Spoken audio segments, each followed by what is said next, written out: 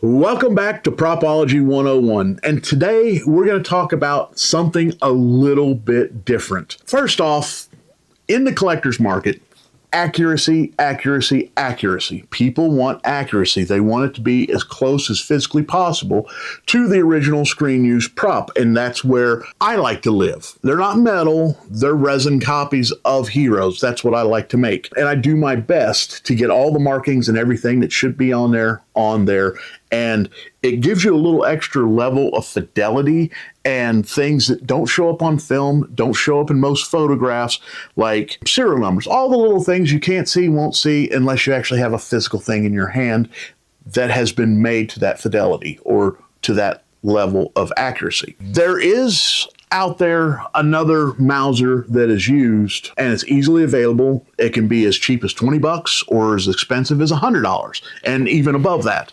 And that's airsoft pistols.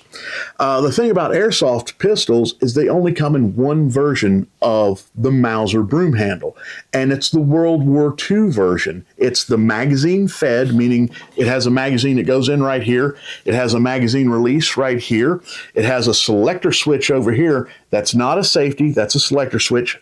This is still the safety on a Mauser, on that version of the Mauser. There's no detail here. These are flat.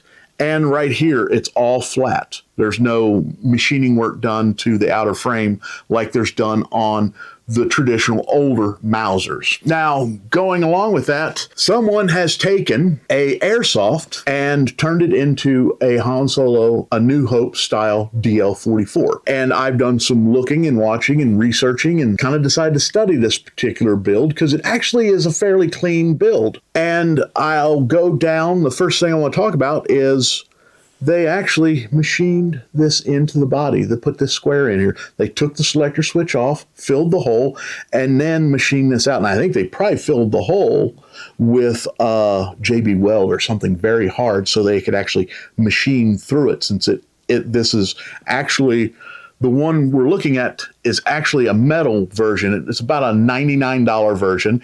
It's made by HFC. It's a full metal World War II Mauser. Their part number is M712, or the kit number is, and it's a gas airsoft pistol. Now, the scope and the scope mount appear to be 3D prints, and I noticed that the knurling on the nuts that hold the mount to the body have a crosshatch style knurling, and the original blaster had a straight knurling. And I noticed that these were also cast. They were 3D printed, sanded, primed, cleaned up, and then cast, and then put on this body.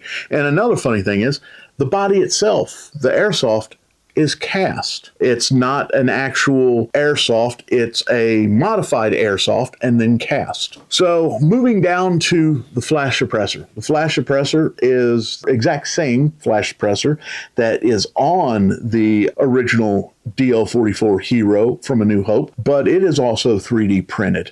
And this one does also have a bullnose barrel. It looks like the bullnose barrel that this one has is just slid over top of the original barrel and screwed in place. But it does have a little sight on the top right behind the flash suppressor. As far as Greblies go, it has the disc like it should, and it has the front grille like it should. But I noticed the disc is also a 3D print, and it's not only a 3D print, it's the exact same 3D printed part that's on the right side holding the scope mount on. And it even still has the crosshatch knurling on it, but it doesn't have the hole. They've either filled in the hole or deleted it in the 3D print. Also, the front grille is also a 3D print. Strange thing though is the grille and the disc are both cast along with the blaster body. The scope and the scope mount are not. They're either glued and screwed on. Same with the flash suppressor. It's also added on after. It seems to be cast separate. So I was thinking, wow, someone has gone out and modified a Airsoft Mauser to produce DL-44 replicas. And I was I was a little bit impressed by the build, but the other hand, I was kind of let down by the lack of research and not getting all these little pieces correct. All in all, it was a halfway decent build. And guess what? April Fools. That blaster we're talking about is actually a Force Awakens Stunt DL-44 for Han Solo. And that's not even the worst part, or the best part, whichever way you look at it. It is also the Han Solo Hero version is actually what this was cast from, and the original one is the actual full functioning airsoft pistol. And the reason why we know this is there's a couple scenes in the movie where you can see the hammer has been pulled back, either by a trigger pull or by Harrison Ford pulling the hammer back on his own.